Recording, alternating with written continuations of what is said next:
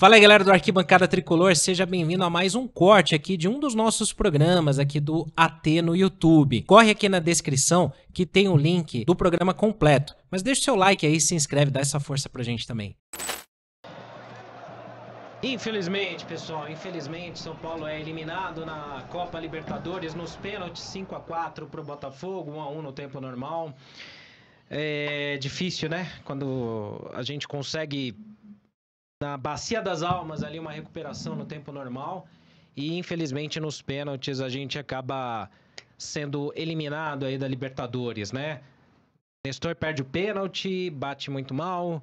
Caleri tinha perdido um pênalti também no início, mas até então São Paulo vinha numa recuperação com o Vitinho perdendo o pênalti. E mais uma vez a gente vê esse filme se repetir numa competição que a gente pensa aqui que era acessível, né? Mais uma vez como foi na Copa do Brasil. Muito difícil a gente ter racionalidade, né, pra gente poder pensar e comentar depois do jogo, depois de uma derrota, depois de uma eliminação. É claro que todas as questões, todos os comentários vão ser caçando os vilões, os culpados por tudo isso, e a gente sim tem que criticar, tem que falar de tudo que deu errado, tudo que não funcionou muito bem, mas a gente precisa ter um pouco de racionalidade. É claro que a gente vai aqui ficar nervoso, a gente vai falar bastante, né, sobre o que não deu certo, o pouco que funcionou, mas a gente acreditou até o fim nessa mística da camisa São Paulina, numa Libertadores, que na Bacia das Almas, como eu falei, no tempo normal, a gente consegue um gol com o Caleri ali no fim, que dá aquela esperança pra gente, pro torcedor São Paulino, imaginar essa possibilidade de caminhar e rumo ao tetracampeonato ainda. Uma semifinal que era possível nos pênaltis aí, se a gente passasse pegando o vencedor de Peñarol, o Flamengo. É realmente bem complicado, é muito difícil a gente pensar em coisas positivas no jogo de hoje, mas eu acho que se a gente pudesse fazer um resumão, até para chamar o Gabriel, que daqui a pouco vai para a zona mista e a gente vai também falar ou ouvir o que ele vai trazer de lá, tem muito pouco para se aproveitar, né, Gabriel? Não sei se você ainda está me ouvindo por aí, tomar uma água, respirar também depois de toda essa tensão, mas eu queria que você comentasse um pouquinho aí o que você viu daí, o que você sentiu daí nesses minutos finais, para depois você ficar livre para ir para a zona mista também, Gabriel.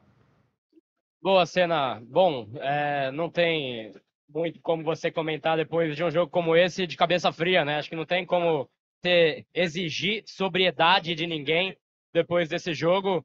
É uma tristeza tremenda. É um time que demorou para voltar a competir no mata-mata. Zubeldia foi tarde demais, foi tarde demais. André Silva mudou o jogo para o São Paulo, mas já não tinha mais tempo de buscar o segundo gol. E aí ficam essa linha entre herói e vilão, né? Há pouco mais de um ano, o Nestor era o cara que salvou o nosso dia. E hoje ele é o cara que destrói a temporada do São Paulo.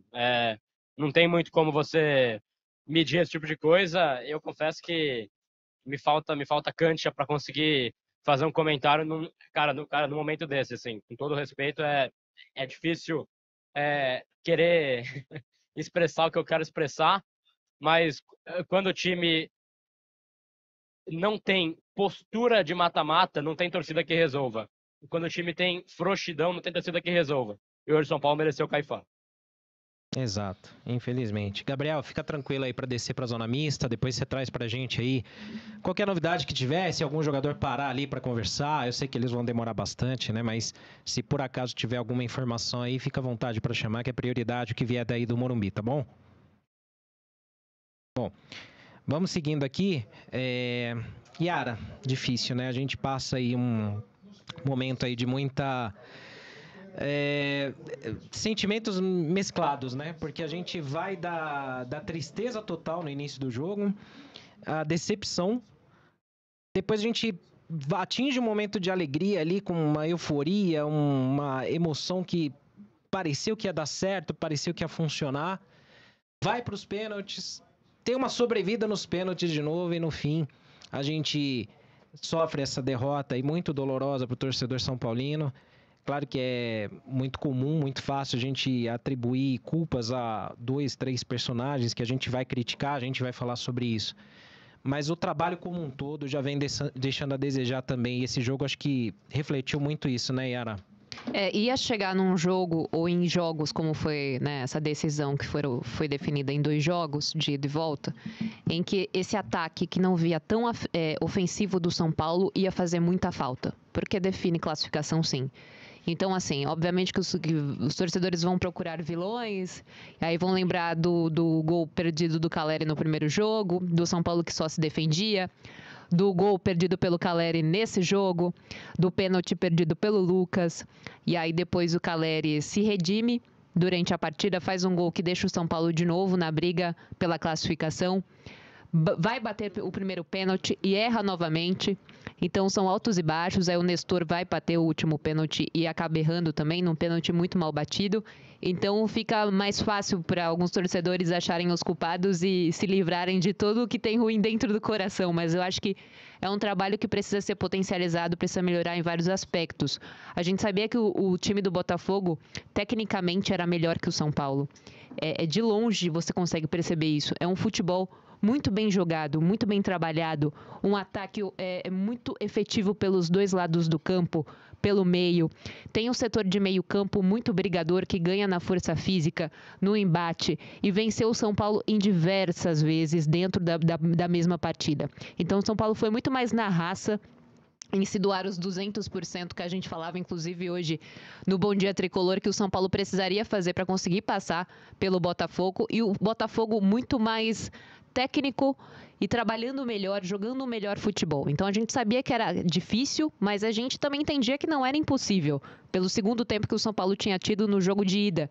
Então a gente entendia que o Zubeldia poderia ter aprendido lições naquele jogo para voltar melhor, jogar dentro de casa com o apoio da sua torcida, tentando realmente uma reabilitação, um jogo que trouxesse confiança para o torcedor, que fizesse brilhar os olhos dos torcedores, né? O meu palpite, gente, não sei se vocês lembram, mas foi 2-0 para o São Paulo. Eu realmente acreditava que o São Paulo poderia conseguir, a base da raça mesmo, da força, fazendo coisas assim inimagináveis dentro do campo. Eu imaginava isso. Eu pensava que o São Paulo poderia entregar. Mas a gente, no final, a gente entende que futebol é muito mais que isso, né? E é assim que os maiores times caminham para os títulos. Existem poucos títulos a serem disputados dentro do Brasil e muitos times capacitados para isso. O São Paulo precisa melhorar muito. Claro que tem pontos positivos, sim. Tem jogadores diferentes, mas o São Paulo veio sofrendo com lesões. Que falta que faz um Ferreirinha numa partida dessa? Um Alisson, um Pablo Maia. Então, assim, o São Paulo também vem sofrendo durante a temporada e brigava pelas 3 competições. Caiu para o Galo na Copa do Brasil de uma maneira também que a gente não esperava. A gente esperava um São Paulo mais competitivo, brigador, que realmente fosse mais raçudo. Na Libertadores até entregou um pouco mais disso, mas faltou futebol. E não pode faltar futebol. Então que o São Paulo pense nisso, trabalhe melhor nisso, porque o ano acabou para o São Paulo agora. O São Paulo não tem chances mais no Campeonato Brasileiro, vai ter que brigar por uma vaga na Libertadores, e é isso. Então que arrume a casa, que melhore esse ataque do São Paulo, que renove esse elenco de alguma forma, que venda, empreste jogadores que não fazem assim tanta falta para esse elenco, sabe? Faça a grana girar, traga jogadores realmente diferentes, um meio-campista habilidoso, diferente, que cria ali, que auxilie o Lucas, que não fique só na dependência do Lucas, porque a gente entendeu que também vai chegar uma fase da competição que não vai dar só para o Lucas e não vai dar só para o Calleri. Então tem que ter opções efetivas, boas. Então tomara que agora a diretoria do São Paulo olhe para esse jogo, para essas desclassificações, que são históricas também.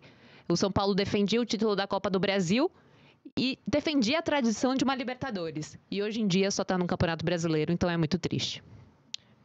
É muito complicado, né? A gente estava falando aqui, né? E a Yara comentou muito bem sobre isso, né? É claro que no imediatismo pós-jogo, a gente vai falar aqui, claro, merecem ser criticados, sim, Lucas, Calleri por ter perdido gols, Nestor por ter batido muito mal o pênalti decisivo ali, que poderia, quem sabe, ter jogado a responsabilidade para o Botafogo perder o último, né?